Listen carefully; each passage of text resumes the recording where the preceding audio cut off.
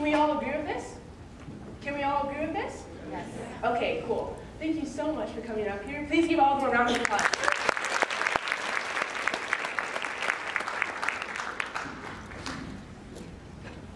Okay, so how I see teaching.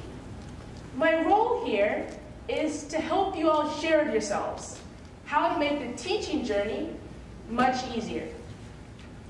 So, how are some ways we can engage all children happily? And remember, these are 7th to 12th graders we're talking about. So if I could please get another 5 people to come on up here and share their ideas. So we can maybe talk about how to make the classroom more interactive, or maybe giving more roles to students.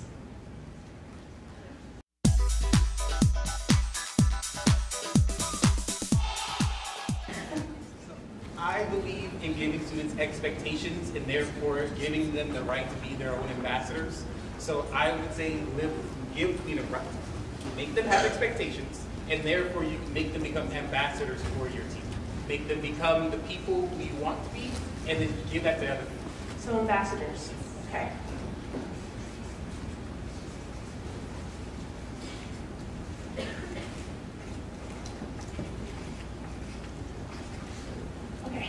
And I try to engage all of our students by greeting them some way, somehow. If they're comfortable with a hug, hug. If they're not comfortable with a hug, a high five, a handshake, I'll rub your elbow, something that lets them know that we're in the same space. I'm happily engaging you, you're safe, and I'm going to acknowledge you just like I acknowledge the other students. We're all in this together. Okay, so how we greet them? You know, your story is amazing, and you're an amazing person, and we really appreciate your time here. What I'm asking is going to be a little bit personal. One, I want to know what your parents do, and you know, when you're doing your thing, you know, since very young, and where were they and how they support you. The second question, also related to you, is can you tell us the story about your name? You know, or explain, you know, because you're obviously not some Johnson or something, you know. So I was wondering, you know, if you could share. Okay, so first question. Well, my mom works in IT, and my dad's a teacher. So that's what my parents do. As educators, how do you think we can encourage students to go after their passions like filmmaking or arts or music, if they will, because the rest of the world tells them that they can't. And you know, you have support in their household, so a lot of students that we work with may not have that support. So how can we as educators do our best to inspire them to follow their dreams?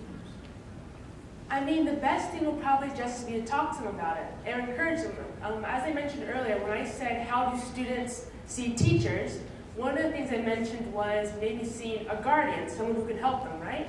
So it's true, a lot of times, sometimes students don't get support in their household. So when they come to school, it's a time for you and other teachers to sit down with the students, to talk to them about their passions, and encourage them to follow their dreams, even when sometimes other people say that they shouldn't be doing those things.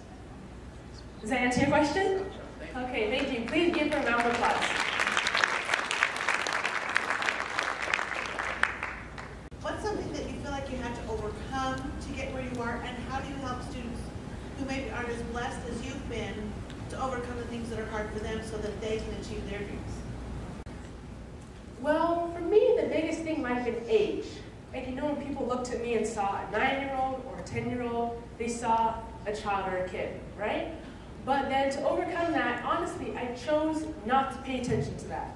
I chose to go into a room and say, okay, I'm in here, I can be just as good and get my point just as well across as all the adults in this room as well. I have to go there with a certain level of confidence and stature and show that, yeah, I can either talk to more leaders, I can make my point and try and get more girls into school and get educated.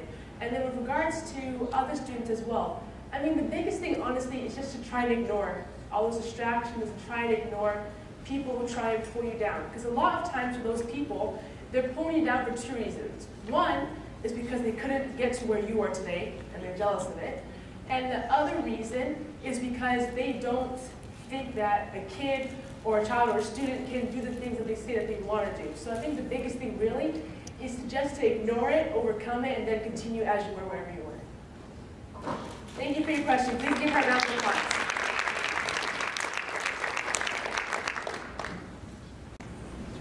So you're very articulate, and I want to know, how did you become so comfortable in speaking and articulating what you're trying to say? And the second part is, one of our main focuses in Gear Up and just in K-12 education is how do we help students become college, career, and life ready? What are some of those skill sets that you think are most important for us as educators to really instill in our students? Okay, so the first part of the question is how you say I became confident, right? I think, especially because I started earlier on, you know, when I was 9 when I first started, 16 now, so I've been doing it for about 7 years. So I think when I first started off, I was definitely nervous and not as confident as I am right now. But I think because I've done it for so long and I've spoken in large audiences of people, that I've become just more confident with my speaking and trying to get my message across. And in regards to important skills that you should install in students, either K through 12, trying to get them ready to go to college, I mean, really it would be life skills. Things that, because you as teachers, you're adults, right? You've been through things that we haven't been through yet. I think the best thing really is to use your own life story, use your examples that you've maybe found throughout